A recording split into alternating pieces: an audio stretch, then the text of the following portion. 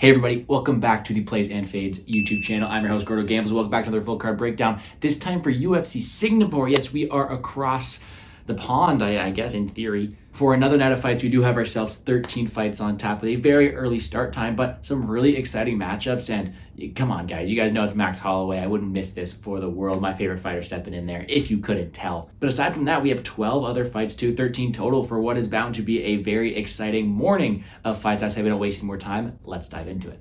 As we dive into this first fight of the night, please hit the like button down below, subscribe to the channel. We have the 10-6 Sungwoo Choi versus the 13-4-1 Jarno Errens. Errens making his second return to the octagon after dropping his first one to William Gomes. Whereas Sungwoo Choi, 8 fights in the UFC, 3-5 record, and this is going to be the highlight of a lot of things I'm going to say throughout this breakdown. Is we do have ourselves a card in Asia, and a lot of these Asian fighters are going to go out there and look to be the highlight, look to be the ones that the UFC is kind of making this card around. How can we attack that from both a betting and a DraftKings perspective? Well, truth be told, this is a matchup that Choi can win. Yes, there's no doubt about it that trusting Sungwoo Choi at this point of his career is dangerous. I mean, he can be submitted, he can be knocked out, he can be out volume. There are holes to his game, but what he has in front of him is someone in Jarno Errens who is just a clear striker. He is limited to that decent ground game, but a guy in Errens who can be controlled, who can be taken down, and I do think that Sungwoo Choi is the more well-rounded mixed martial artist. Choi himself is a guy who's very powerful. 6 of his 10 wins are by finish here, and by KO, and he is someone who has exemplified that power with that KO punch over Julian Erosa. But what he does have himself is also a little bit of a ground game in his pocket, and I do think that's going to be key for this matchup here. Although he only averages 0.85 takedowns per 15 minutes, it's been harder for him to do that against some powerful guys like Caceres, who has that ground game, or like Tucker or Evloev, who were able to take him down himself. But when he was able to mix it in, especially in that Zalal fight, he was able to have some success, win minutes that way. And when you balance that in with his powerful optics on the feet, he is someone who has that more well-rounded skill set for the judges to look at. Whereas Jarno Errens seems to be more of a comfortable striker on the feet. I think he likes to bounce in and out with his volume. He himself also has 3 wins by knockout, and the way we see his majority of his losses,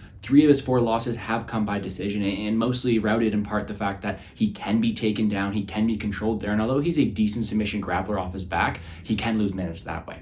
So to me, it's pretty simple. I think the more well-rounded guy is Choi, and he's the guy who they're trying to put on a spotlight here in front of his home crowd. He's got the ability to be competitive in the striking exchanges, land the powerful shots himself, but also implement takedowns to go out there and secure rounds. Now, the problem comes in if he doesn't utilize that, because I think there are some holes in Choi's game, including that durability and that submission defense. So although I'm not counting out Errens, the guy who I'm going to be picking in this matchup, because, well, I got to pick one side of things, is going to be Sungwoo Choi because of that more well-rounded aspect. DraftKings-wise, though, this isn't my highest priority matchup. I mean, Choi in his wins has scored 102, 69, 105. That's a big drop in his wins, and I think he is able to go out there and implement takedowns that could score decent, but I don't see him finishing Errens too often, and on a card with so many favorites, like the Nakamuras, like the Holloways, it's so hard to get to Sungwoo Choi at 8.8K. He's not really a guy I'm looking towards. Instead, I want more ownership of Errens, a guy 7.4K, whose opponent has lost fights recently by KO, by submission. The finish upside is more on the table for Errens, and for that reason, he's going to be looking at someone I can target in tournament plays. But other than that, this fight doesn't jump out too much for me. It seems like a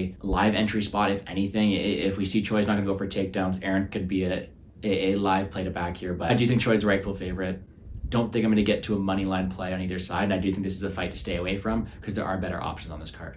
Next up, we have the 19-6 Na Liang versus the 11-6 JJ Aldrich. We have a complete clash of style. Literally opposite fighters here. Na Liang may be the most entertaining female fighter we have here. Not because she's good, because she brings these action-paced fights. She has 25 fights, 2 of them going over a round and a half. Like, most of these fights are ending the first round. She has more wins by DQ than fights that have lasted over 7 minutes. Let's put it that way. This girl is killer to be killed, horrible gas tank, but very, very explosive and fun to watch early on. She's a larger fighter, someone who typically likes to cut weight, and her chin and durability and cardio pays the price, but now going up to 125, she's someone we're gonna have to watch here. Not for the reason that she's gonna be dominant, it's just she's fun to watch. I mean, that fight against Ariana Canelo was one of the funnest female fights I've ever seen. It ended with her being exhausted and having to be carried to her corner because her cardio is that bad, but she doesn't care. She'll go out there, kill her to be killed, and for that reason, it is a super fun fight to target on DraftKings. And that's where the opposite side of things comes in, is JJ Aldrich is, well, the opposite. She's not a very fun fighter. She does not have a win by finish in the UFC. And actually, out of her 11 pro wins, she only has 2 of them by KO. The other 9 of them are by decision. She is a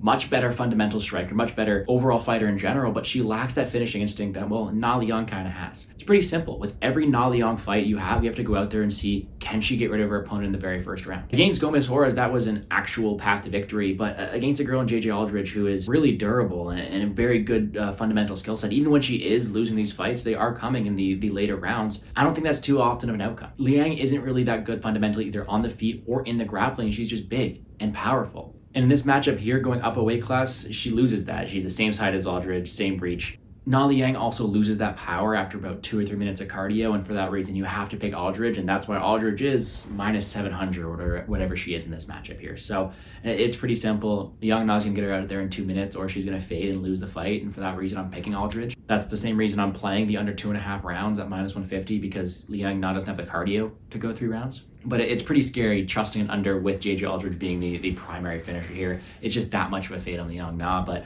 we look to the DraftKings side of things. It's so tough to play Aldrich considering her history. She's never scored more than 85 points in a win, and at 9.4K, is it that, like, are you going to play her over Nakamura or Holloway? It's so hard to do so. Flip side of things, I don't give Liang Na too much of a chance to win. For that reason, hard to play her. But she's going to score well if she does win this fight. You'll have to have some ownership of her. The only way I can consider playing Aldrich is at a contrarian play. If Liang Na fades so much that Aldrich is able to land some knockdowns or an early finish, that could be a potential low ownership play to score very well. I just don't think it happens too often at the time. It's really hard for me to justify any exposure to Aldrich considering the beasts around her, but I do think she wins this fight pretty easily. Next up, 6-2 Yusaku Kinoshita versus the 8-2 Billy Goff. This is a very fun matchup, one I'm actually looking forward to, and one that I will look to play the under when it comes out, just because of the style that both these guys bring. Two pretty polarizing styles, and it's going to make for a great matchup. Billy Goff on one side of things, first walk to the UFC after winning a Dana White Contender Series, and he's just a dog, man. A ton of pressure, ton of cardio, great volume, decent grappling, and he is someone who is just going to continue walking forward, kind of like Billy Q, and just try to break his opponents down the stretch. Love the guy's heart, love the guy's cardio and desire to win, and I want to back this guy. The problem is his durability isn't there. He's been dropped. Even his Dana White Contender Series bout, he was dropped in the first 20 seconds, and he has such poor striking defense that it's so hard to back this guy at any price tag because he that possibility of his lights being shut out. He's going up against a guy in Yusaku Kinoshita who has the power to put up Billy Goff's lights. Very, very technical striker. Amazing counter ability, ton of power behind those shots, and I do think he's able to find the chin of Billy Goff. The question is, can he put his lights out? And to spoil my pick, I am going to say yes. We'll get to that in a second. But what we have to worry about Kinoshita is if he can't get him out of there, Goff will drown him. The same way that Fugit was able to last time, where Fugit took him down 4 times and finished him at the end of the round. Kinoshita can be drowned. He can be out-grappled. He can be outworked. And that's what Billy Goff's threat is in this matchup. He can win this fight at that clip. The problem is with Goff is I can't trust him to win this fight, because his defense and durability just isn't up to par to the offense that Kinoshita brings. So for that reason, I think it's going to be Billy Goff doing what Billy Goff does, and that's going to be running into a nice counter early on. The problem is I think Kinoshita finishes him here, and I also think that being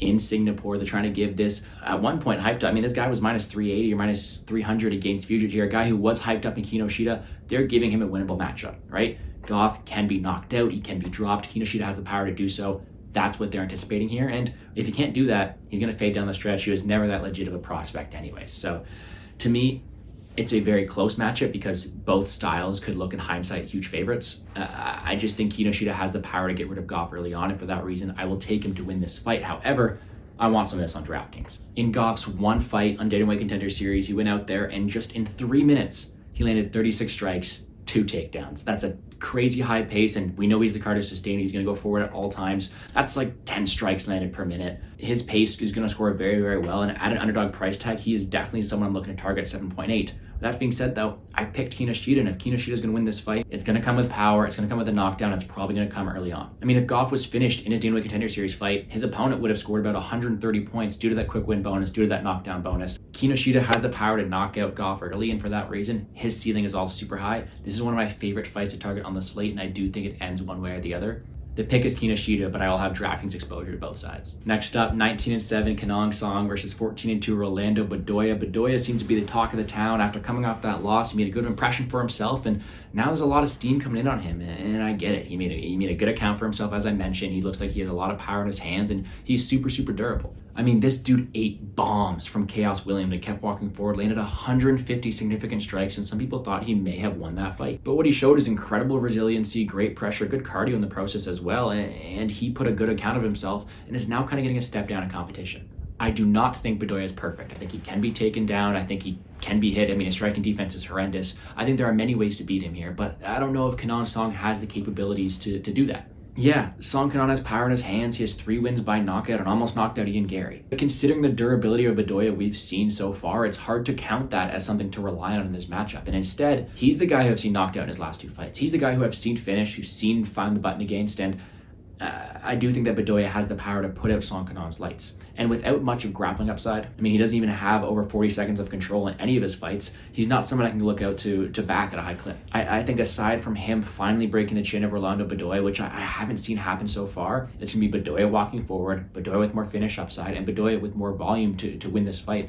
And unfortunately, I do have to pick him to win here. This is another very solid fight to target on DraftKings due to that pace that Bedoya brings. He does have knockout upside.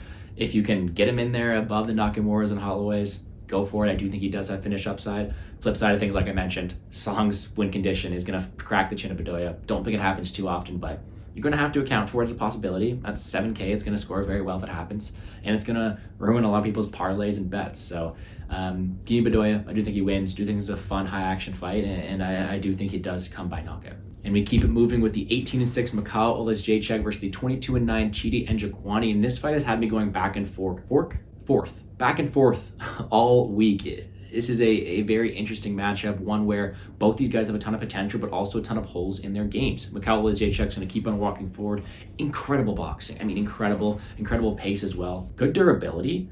And really, his red flags are his ground game. That's really it. He can be taken down. He can be controlled. And in his 4 losses here, 3 of them have come to the ground, and then the other one came against Dustin Jacoby, who's a high-level kickboxer. Chidi Njokuani, on the other side of things, absolute tank. Great power, great Muay Thai, great in the clinch, potential for a ground game, but he himself can be walked down, can be pressured, can be tentative at times. I mean, that fight against Uriah wasn't a good look, and there are red flags on both sides. And I think that if Njokuani is doing his tape and realizes, okay, I can take down this guy, Mikhail Oleksiejczuk, he can have a lot of success doing so.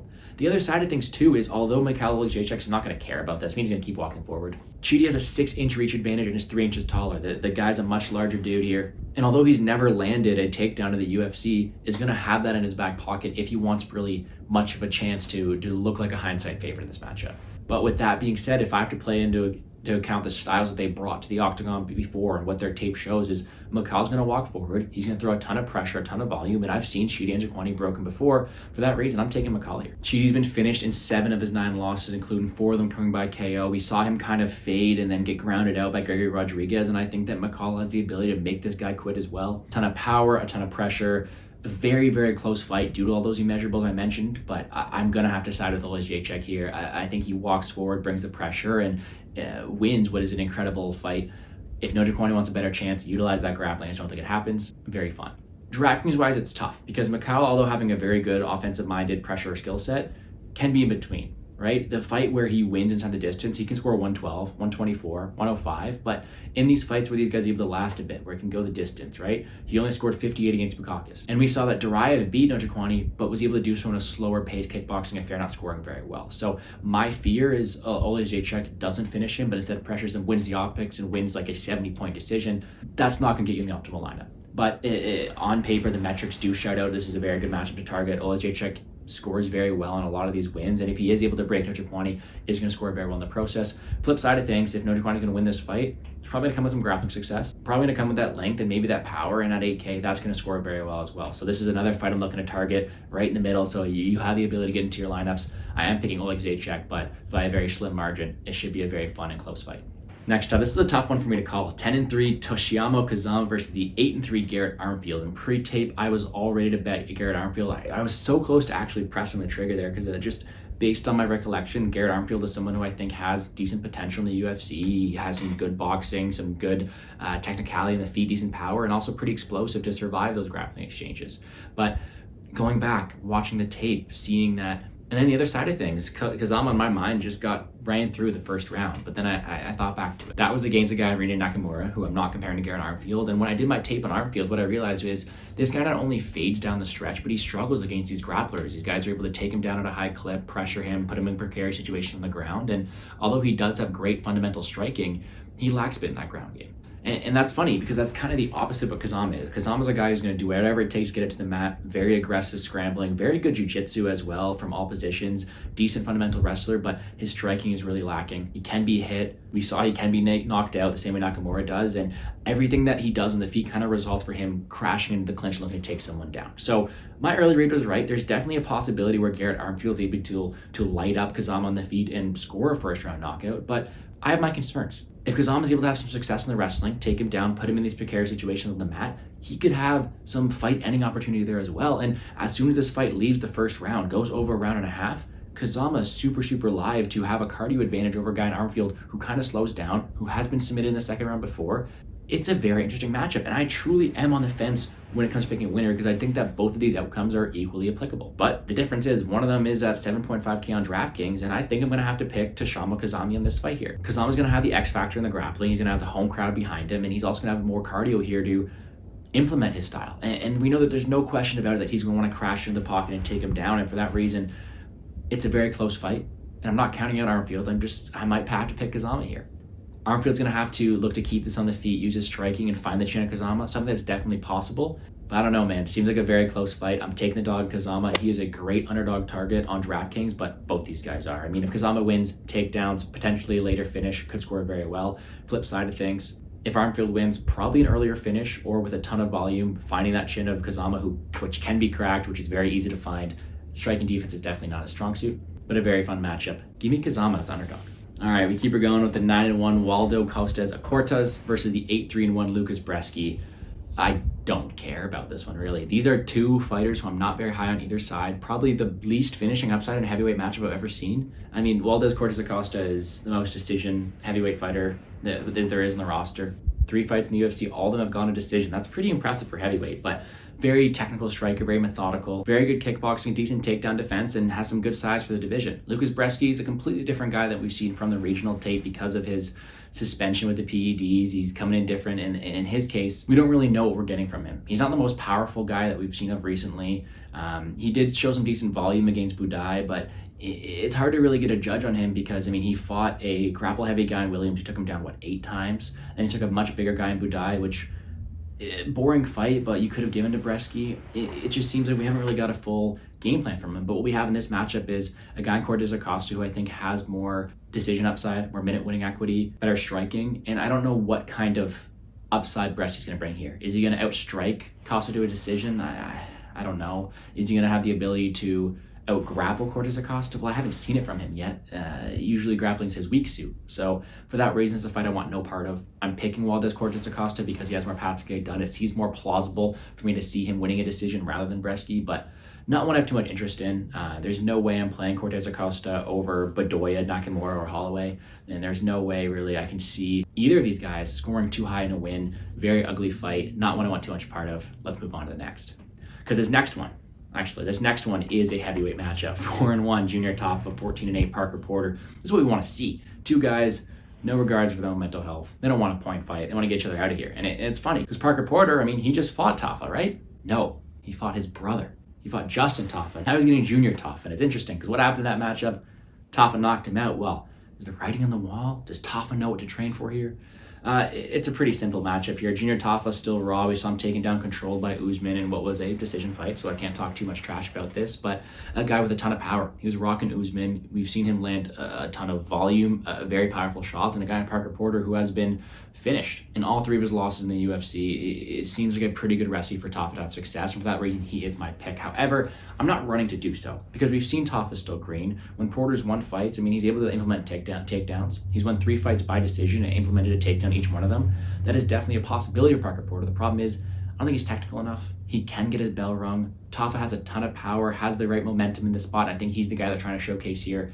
For that reason, I'm taking Tafa. But this is another fight you want to target on DraftKings. The winner of this fight is going to score very well, whether it be Tafa with that knockout power early on, or whether it be Parker Porter landing takedowns, trying to show a vet lesson to Junior Tafa. Get a revenge on the Tafa bloodline. So very fun matchup. This one I have more interest in, but it's a pretty simple breakdown. I am going to take Tafa by early knockout, but if he's not able to find the chin, this could be a dicey one. And then we move on to the real hardest fight to call. 125-pound bout between Errens Blanchfield, 11-1, 19-2, Tyler Santos. This fight could be for the belt, genuinely, and no one would oppose it. Both these fighters are the top of the weight class, both amazing prospects, especially Errens Blanchfield, so young in her craft. This is an incredible matchup, and let's set the stage, right? One side of things, Taylor Santos, people thought she beat Valentina Shevchenko. Personally, I didn't, but you can make a case for it. Fought for a belt already, came really close to doing so, has had a ton of success. But then comes the rising prospect, 24-year-old, cold-blooded Errens Blanchfield, right? It's such a fun matchup. And Blanchfield's been on a tear, won all 5 of her fights in the UFC against some really good competition. Jessica Andrade, Molly McCann, Miranda Maverick, right? I mean, it's not like Taylor Santos is not. I mean, she beat Robertson, she beat Joanne Wood dominantly, beat Molly McCann as well, but we're seeing her go out there and face these solely strikers, right? She took down, dominated Wood on the ground, fine.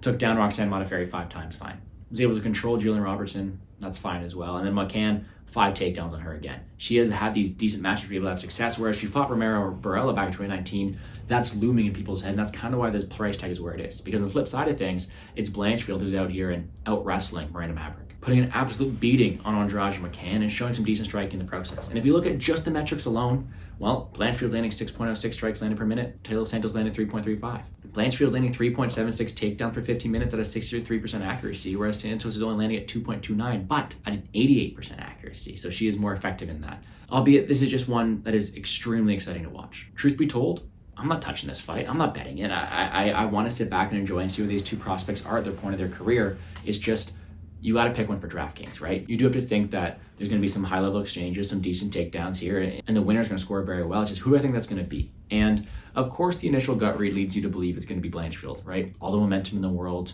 We haven't seen her really have many flaws, right? She can take people down at will. She's had great transitions, and she has good volume on the feet. But she's facing someone in Santos who is more experienced, who is going to be larger, have more striking as well, and who's able to reverse Valentina Shevchenko, land 3 takedowns in a row, right, and be dangerous on the mat. And that's why I'm kind of leaning towards some exposure of Tyler Santos on DraftKings, because I think Blanchfield will be popular, and you know, I need underdogs this week with the favorites up top.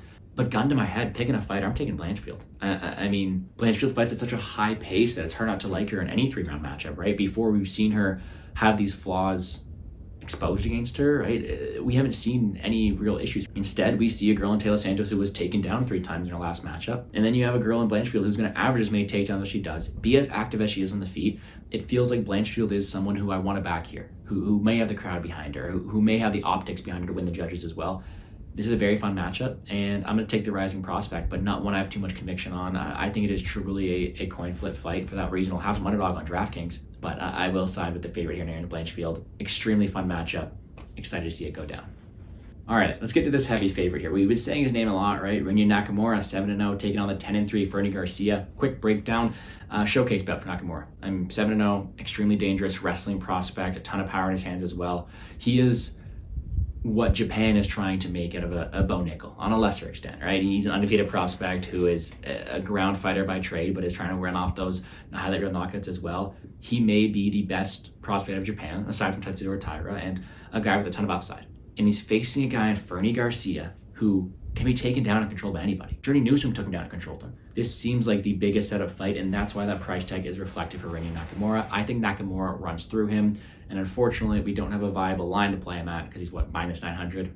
It's probably around right. Now, the question is, can you afford him? Because 9.6K on DraftKings, it's hard to get to him, but he does have a ton of takedown upside, could go out there, score 4, 5, 6 if Garcia can survive, but if not, finish up for Nakamura early on. Extremely dangerous wherever the fight goes. He scored 140 in his debut. Would not be surprised if he does that again here. I'm all over Nakamura this week. I think he's a great option.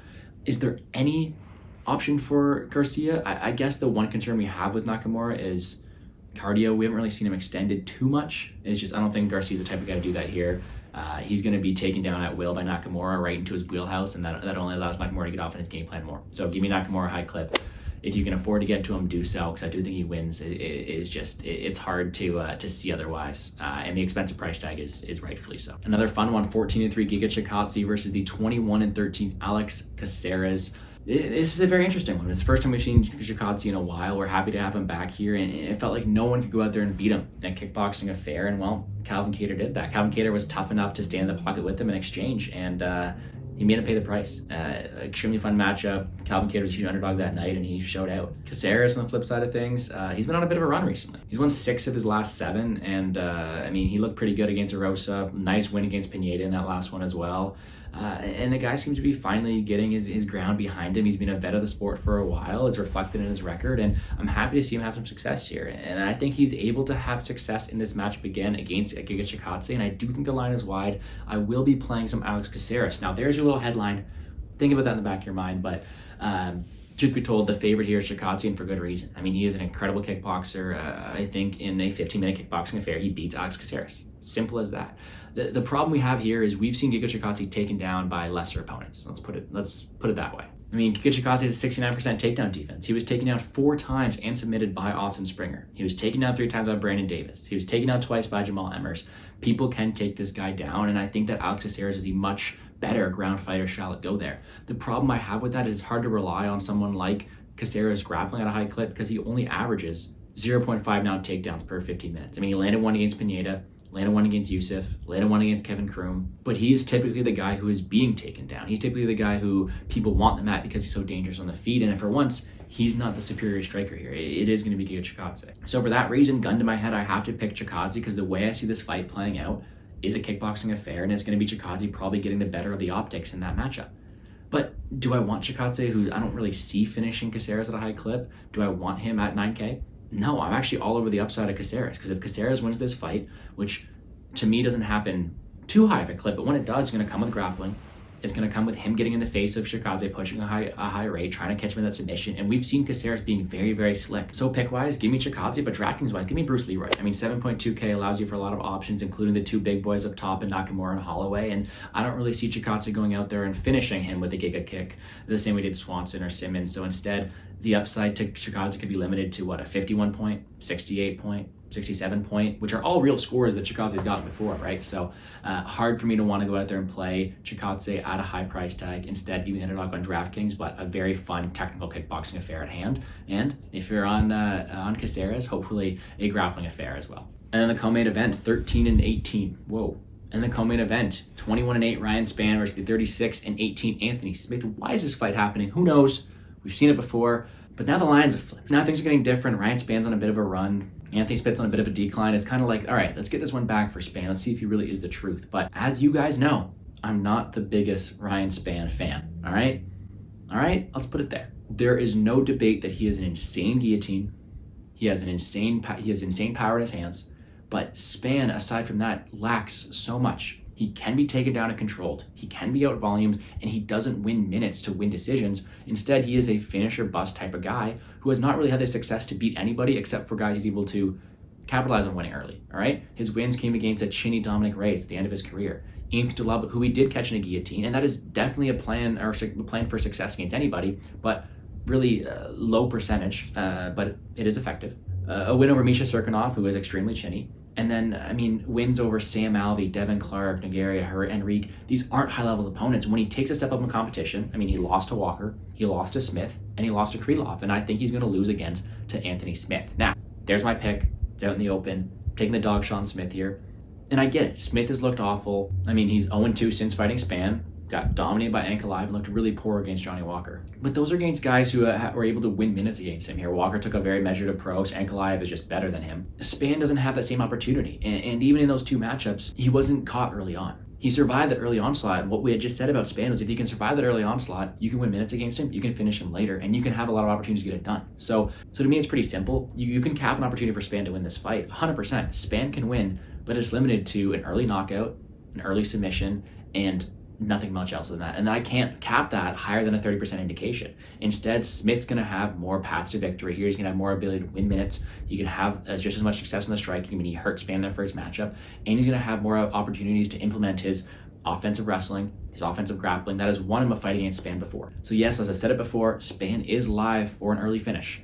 I just don't think it's live enough to make him the favorite. And for that reason, I did bet Anthony Smith. It's tough to trust him at this point of his career, but I do think he wins this fight here. Finally taking a step back down in competition against a guy he can win minutes against. I think he uses his vet savvy and gets Spann out of there in the second round. DraftKings wise, though, you want both these fighters, right? Like I said, when Spann wins his fights early on, scoring 103, 91, 106, right? When Smith last fought Spann, he scored 119. Before that, Cruz scored 100 points. Finish upside of this matchup. It's projected to end in the first 5 minutes. I think it does. Give me Smith. Both these guys are live on DraftKings. Then last but not least, the blessed express, the blessed ever 24-7 Max Holloway versus the 17-7 Jan Sung Jung, the Korean zombie. Sorry. Fun matchup, sort of. It was a fun matchup if it was a few years ago, but now it's just kind of, it's going to be interesting because I am extremely biased towards Max Holloway. Take that with a grain of salt.